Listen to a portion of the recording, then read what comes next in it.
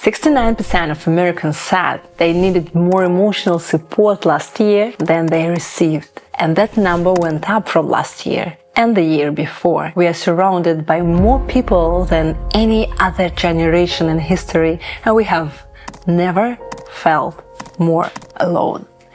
Before I go further, if this already resonates with you, subscribe to this channel. We are just getting started, and every video in this series is built around just one simple question: how do we actually live, not survive, as women in 2026? Hit subscribe, hit like, and let's keep going.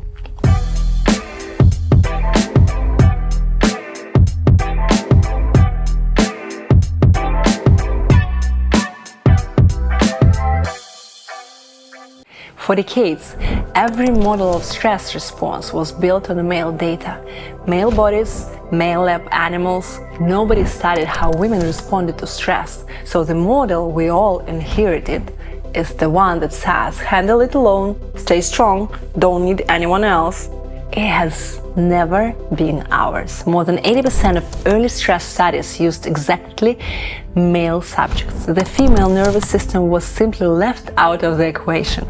And long before the researchers, before the studies, before the nervous system became a concept, we as women already knew something different.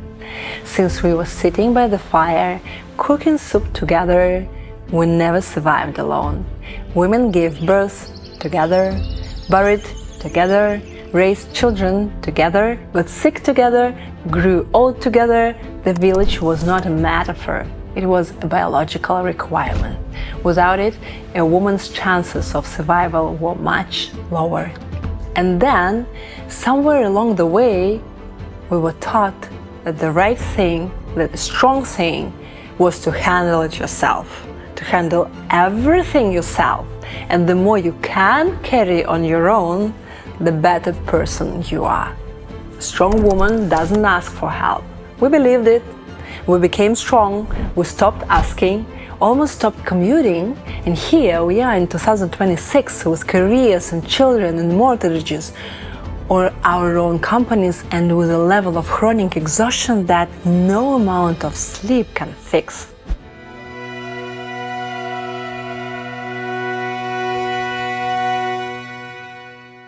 One fact: fight or flight is a male model. Just think about that. For decades, stress researchers used almost exclusively male subjects, male humans, male lab animals. The female stress response was never studied. So the model we all inherited wasn't built for women.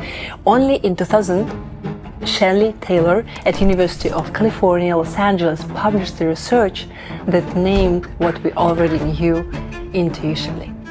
Under stress, the female nervous system releases oxytocin and reaches towards connection, not isolation. The female stress response is not fight or flight, it's tend and befriend, to nature, to connect, to reach for someone. This is not a character trait, it's a biology. We are not weaker, we just operate by a different principle, and when we spend years forcing ourselves to live by someone else's principle, the body pays for it. The hyper-independent woman doesn't ask others to do things together. She doesn't create shared projects. She doesn't reach out when she needs support.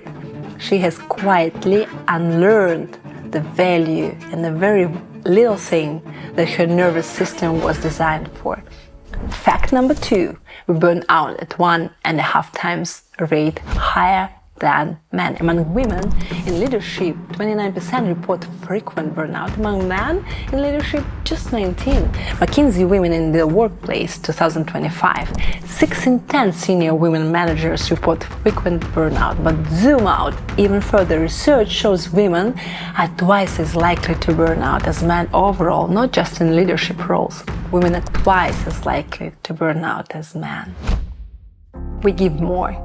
We show up more, we burn out more, not because we are worse at managing it, because we carry a double load, visible and invisible, inside a system that was not designed around how our bodies actually work. And here's what the longest running study of human happiness found. 85 years of data from Harvard, the people who reported being happiest at 80 were not the ones who had earned the most, or achieved the most, or stayed the highest and the healthiest.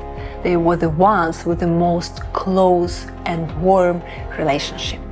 Happiness is not about having more, it's about being more connected. Fact number 3, we are losing our friends. In 1990, 41% of women had 6 and more close friends. Today, just 24. The number of women with real circle of close friends has been cut almost in half in one generation. Just think about that. And it goes deeper. The share of Americans with no close friends at all went from 3% in 1990 to 12% in 2021. And this is really crazy thing. 10 or more close friends dropped from 33% to 13%. Among women specifically, nearly 1 in 10 now has no friends at all. That number was essentially 0 in 1990. Not because we became colder, because we became busier, because we learned one rule: don't burden people. Don't burden people, that is a hyper-independence block in the language of relationships. And one more number, the one that stops me: 7 in 10 adults say they needed more emotional support last year than they actually received. That number went up from year before. 69% needed more emotional support than they received. Just think about it. We know we need it, we are not getting it. And part of the reason is that we were taught ourselves not to ask. And this is not a metaphor. Chronic loneliness increases the risk of early death by 26%, social isolation by 29%, living alone by 32%. This is comparable to smoking 15 cigarettes a day and more dangerous than obesity. Before I go into the personal story, I want to tell you about something I built because it came directly out of everything you just heard. Sola is an app created for the female nervous system, not a productivity tool, not another thing to add to your list. It's a space that exists because at 3 a.m., when there is no one to call, a woman should not be alone. It tracks your cycle, your emotional patterns, your stress. It talks to you the way a doula stands beside you, not above you, not with advice, beside you. The link is in the description. Download Sola.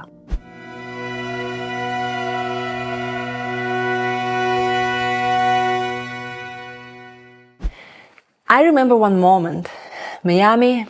I had just given birth, alone, no partner. My oldest son was in the next room. The midwife and doula arrived after half an hour. And that night, holding a newborn baby, knowing the father had already left for another woman, I didn't feel pain. I felt pride. I did it alone. That means I'm strong.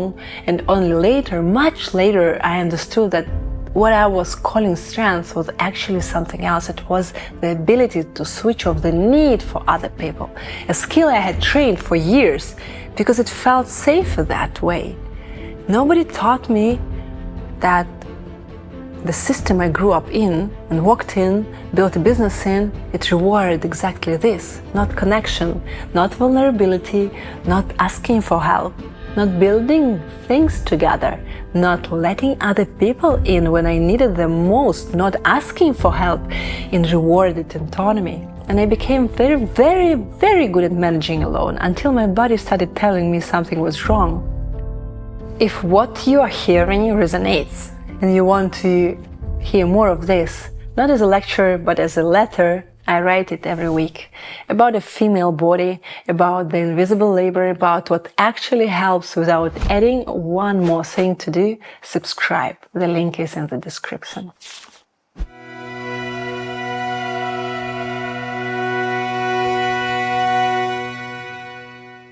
There is a difference between independence and hyper-independence. Independence is when you can. Hyper-independence is when you can't stop. When someone offers help and your first response, I've got it. Not because it's better that way, but because accepting help is frightening, because behind help is like vulnerability, and vulnerability is a risk. Hyperindependence is not a character trait. It's a survival strategy, one that at some point stopped being necessary but stayed with us. Here's what I've learned about this. Women who can handle everything, when we isolate, we don't become stronger. We just stop receiving what our nervous system needs biologically, because the female nervous system self-regulates through connection, through co-regulation. When two nervous systems synchronize, one helps the other come down from a stress spike. This is not a metaphor, this is a physiology. There is a study showing that when a woman holds someone's hand during a moment of stress, even a stranger's hand, her cortisol levels drop measurably, her heart rate stabilizes, her body actually comes down, not because of what he said, because of the connection and the contact.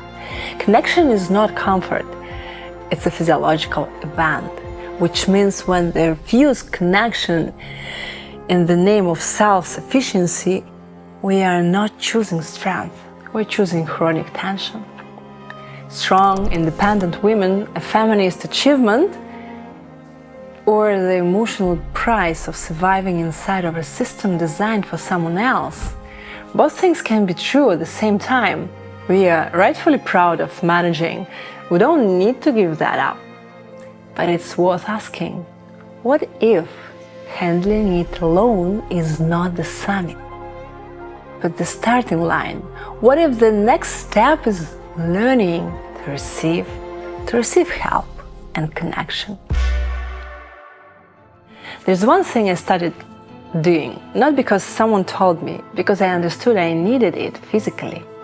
In the morning, before I open email, I send one message to any of my friends, maybe a couple of them, just one message: how are you? And I wait for the reply.